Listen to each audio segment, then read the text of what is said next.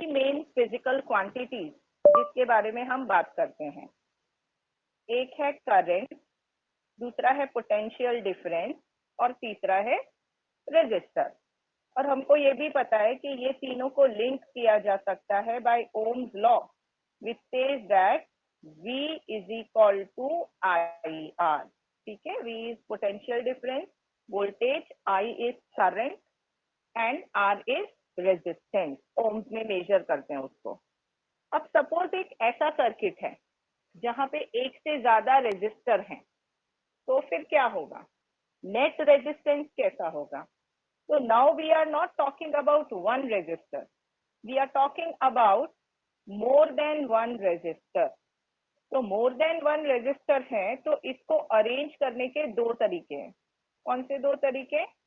आप इसको सीरीज में लगा सकते हैं या तो आप इसको पैरेलल में अरेंज कर सकते हैं। मतलब क्या है सीरीज में अरेंज करने का, पहले वो समझ लेते हैं। तो we have an electric circuit. ये समझो हमारा कंडक्टिंग वायर है। क्या क्या लगाएंगे इस कंडक्टिंग वायर में? सबसे पहले तो बैटरी होनी चाहिए, तो यहाँ पे मैं बैटरी लगा देती हूँ। एक minute, I have to draw it completely, क्योंकि अगर मेरा गैप रह गया तो दैट शोज के current will not flow nicely. Okay, now this is complete. Okay, so let me again draw it. This is my electric wire. Okay, अब मैं इसमें एक बैटरी लगा देती हूँ यहाँ पे।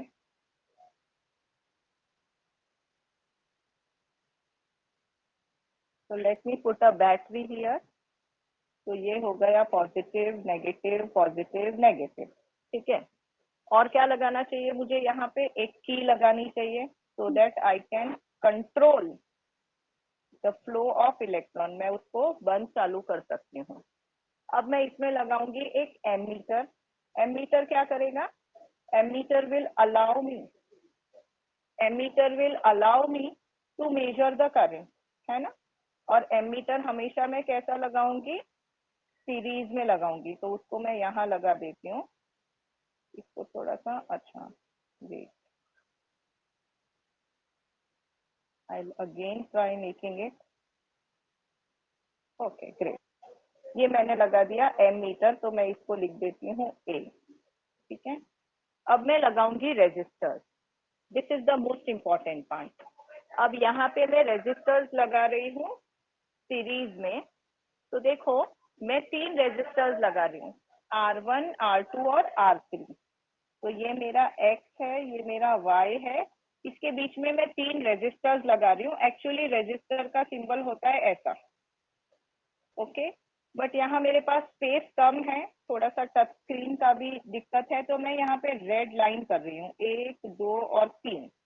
ठीक है, रेड लाइन का मतलब क्या है? आपको ऐसे रजिस्टर ड्रॉ करने हैं जो मैंने ऊपर ब्लैक में ड्रॉ करके दिखाए हैं।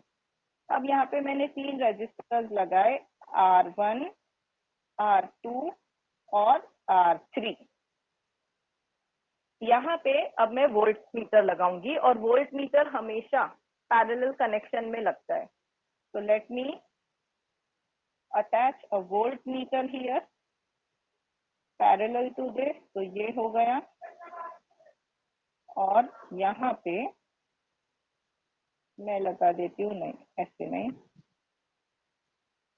ओके, यहाँ पे मैंने लगा दिया एक वोल्ट मीटर। ठीक है, तो ये इस तरह का जब कनेक्शन है, जब देखो करंट कहाँ से कहाँ मूव करता है, तो अगर हम कन्वेंशनल करंट दिखाएंगे तो वो पॉजिटिव टू नेगेटिव जाएगा। तो ये मैंने दिखा दिया कन्वेंशनल करंट का डायरेक्शन भी दिखा दिया मैंने।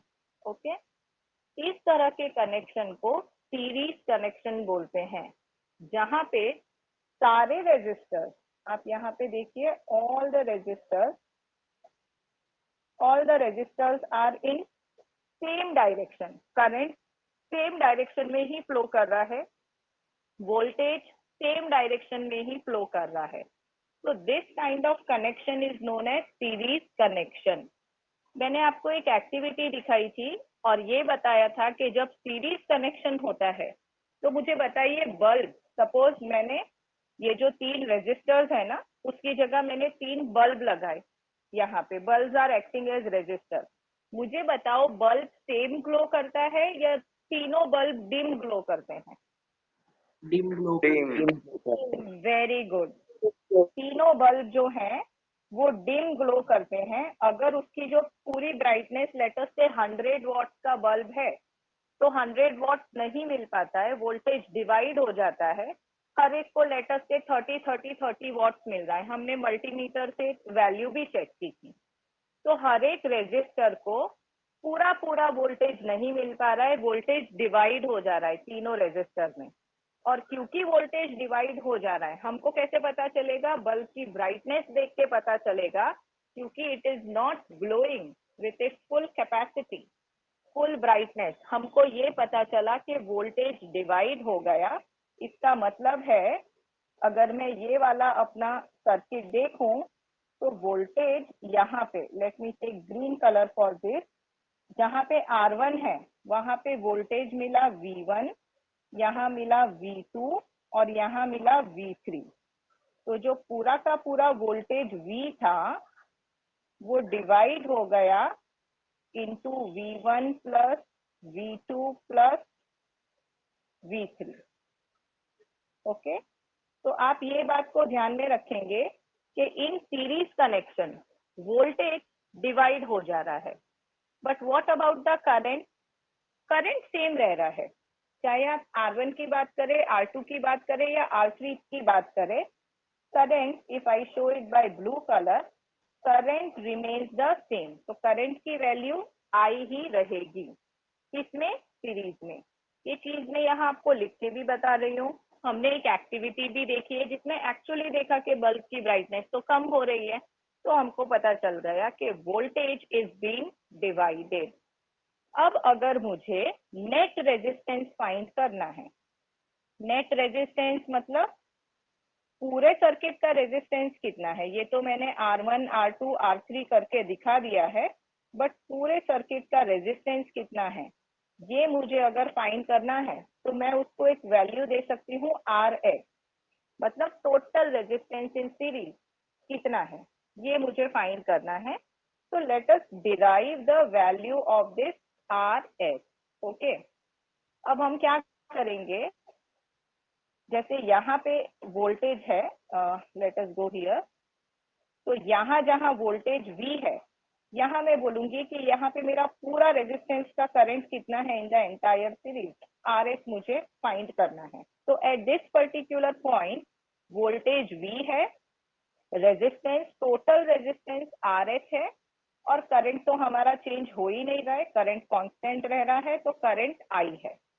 लेकिन अगर आप ये सारी जगह पे देखेंगे तो वोल्टेज R1 है, रेजिस्टेंस R1 है, वोल्टेज V1 है, पर करंट कितना रहेगा? करंट तो I ही रहेगा, कांस्टेंट है। सिमिलरली यहाँ पे resistance R2, voltage V2, current remains constant, that is I, because this is series connection. And same thing here, resistance R3, voltage V3, current remains the same. इतनी बात आपको समझ में आई? इतना क्लियर है क्या बच्चों? Yes ma'am. ओके, अब हम लोग total resistance, net resistance find करेंगे across this combination of resistors. मतलब मुझे RS फाइंड करना है। एक ही फॉर्मूला है जो मैं यहाँ पे अप्लाई करूंगी। तो फर्स्ट हम यहाँ से शुरू करते हैं, कहाँ से? यहाँ से। V is equal to V1 plus V2 plus V3. Now we will derive the formula for total resistance in a series connection. So first of all, let me magnify my board. Okay, हम कहाँ से शुरू करेंगे? I have voltage V is equal to V1 plus V2 plus V3। Ohm's law तो हमको पता ही है, क्या था Ohm's law? V is equal to IR, correct. तो और मैंने अभी भी देखा कि जहाँ पे वोल्टेज V था वहां पे करंट कितना था? I और RS, that is the total resistance in series.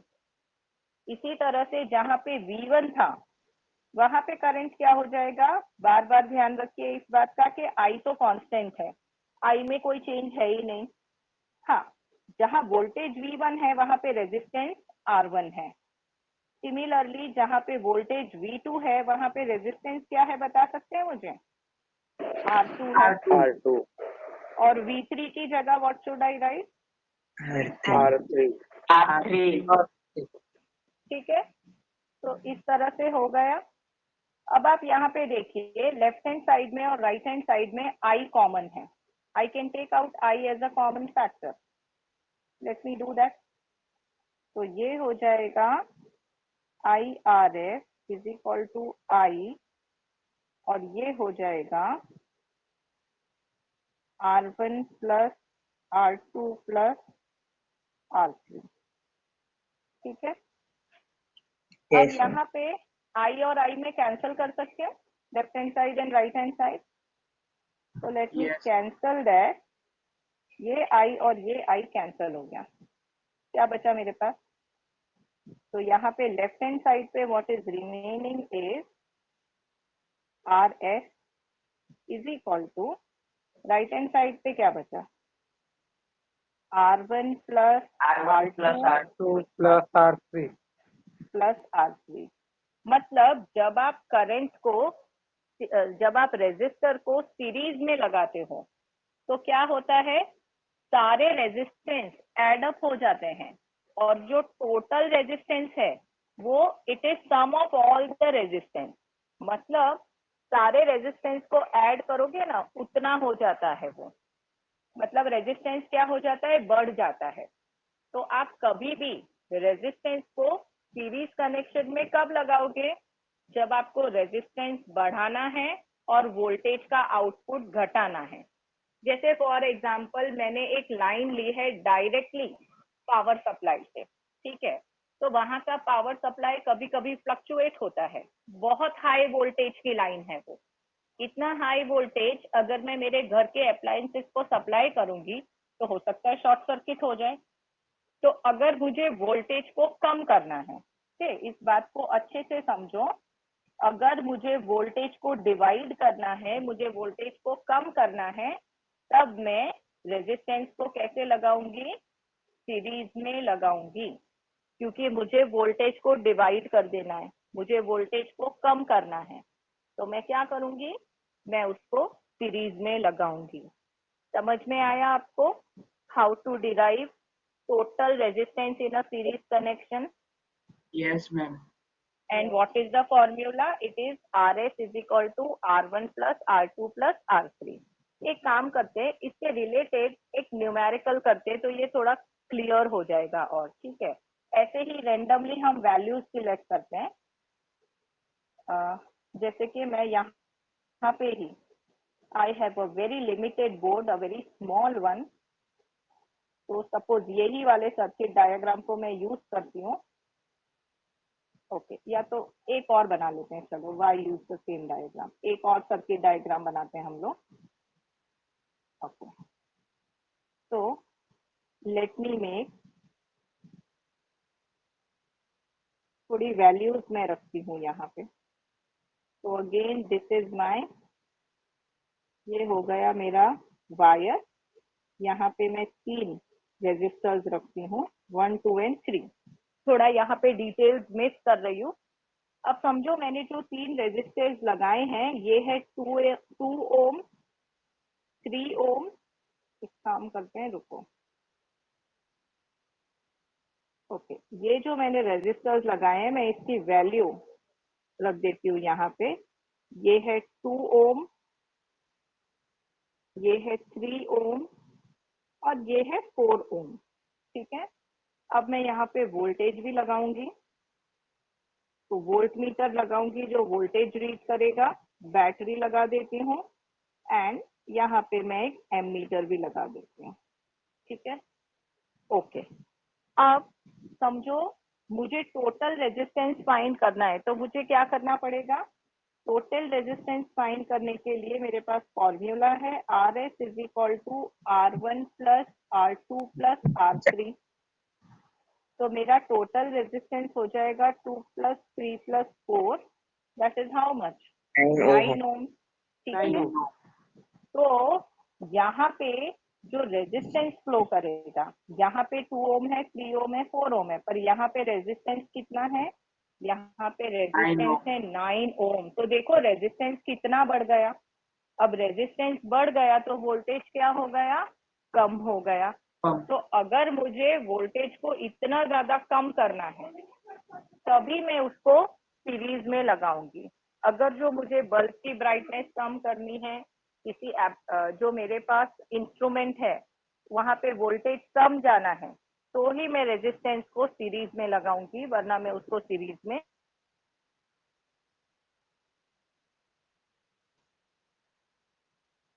Stop the recording.